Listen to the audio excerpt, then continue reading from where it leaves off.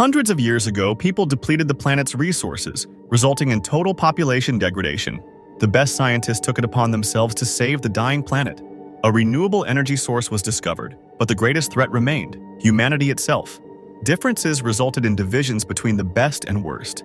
It was then decided to improve humanity as a whole. On their 16th birthday, everyone has a procedure to make them physically perfect. No one needs to envy others or prove their superiority. Tally is one of those anticipating that day. She is currently referred to as ugly, but she has the opportunity to see what she will look like by selecting her eye color and skin quality. That evening, she sneaks across a bridge where her friend Paris is waiting for her. They observe a party in the city of the beautiful, envious of those who are already present. Paris is 3 months older than Tally, and he will be operated on and moved to the city tomorrow. Tally must wait her turn, and she is concerned that Paris will forget about her, but he assures her that she will always be his squint and he will always be her nose. He plans to meet her in a month. The following day, the students gather in the main hall to greet those whose time has come.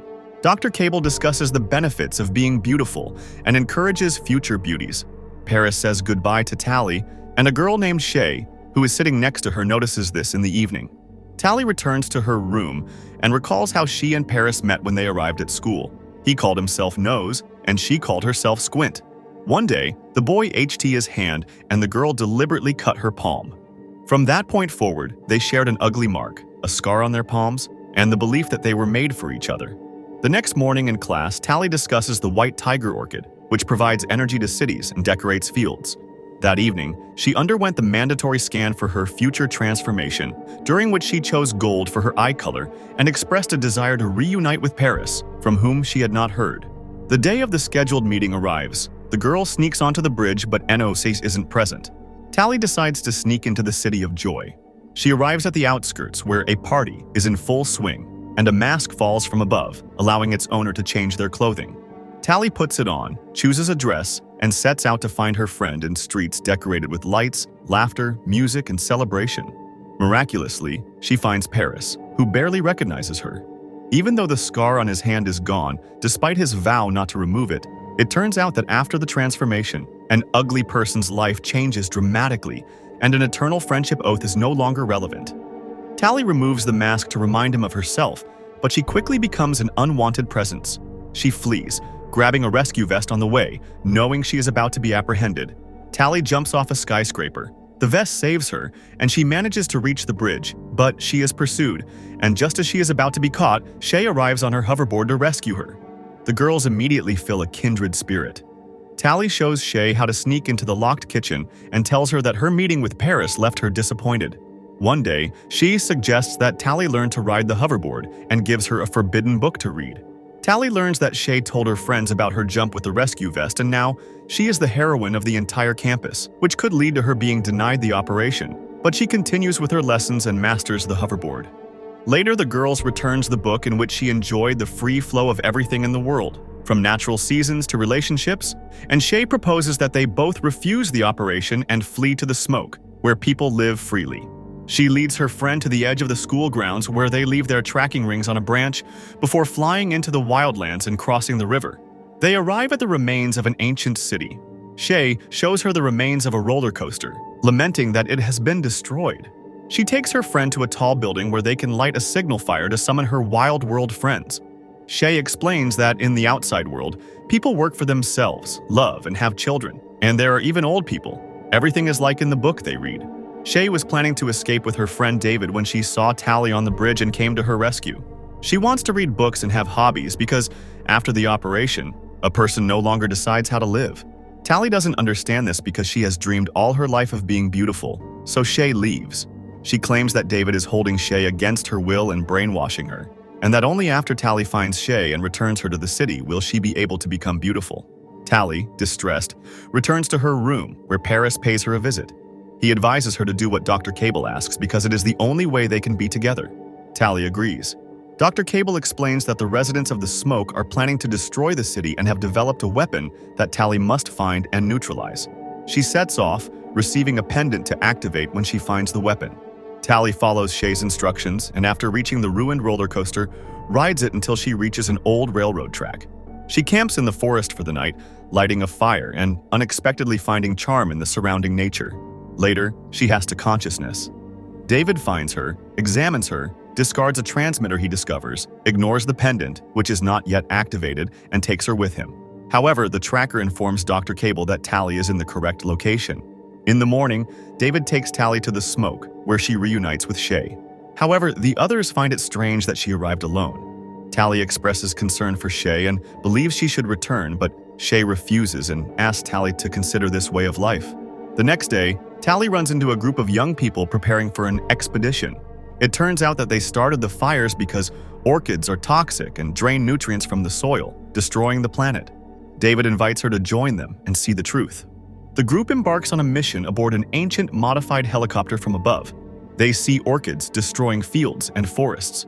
Shay sets the plants on fire, and a blaze breaks out, revealing figures walking through the fire unharmed. Shay collapses as the helicopter shakes violently. Tally immediately jumps after her. She finds her friend and grabs her just as she notices a figure in a blue suit approaching them. But Tally grabs a rope thrown down from the helicopter and pulls the two girls out of danger. Later, they talk about what happened, perplexed about how the city's scouts discovered them. Tally feels guilty and torn because, after getting to know the residents of the smoke better, she has begun to think differently here. Everyone works but does not use money. They simply trade. The elderly are not a burden because they each contribute in their own way.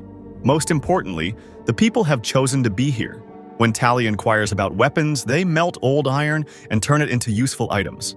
Shay simply shrugs and asks why we would need them. Tally joins in the work, and despite the difficulty, she enjoys the experience. In the evening, everyone gathers around the campfires where she is served natural foods. David informs the public that scouts have been spotted, implying that the city is still on the lookout for them. While the smoke believes in controlling nature, the city has mastered controlling people through a focus on appearance. People stop reading, learning, dreaming, and deciding who they want to be. That is why they are prepared to defend their freedom.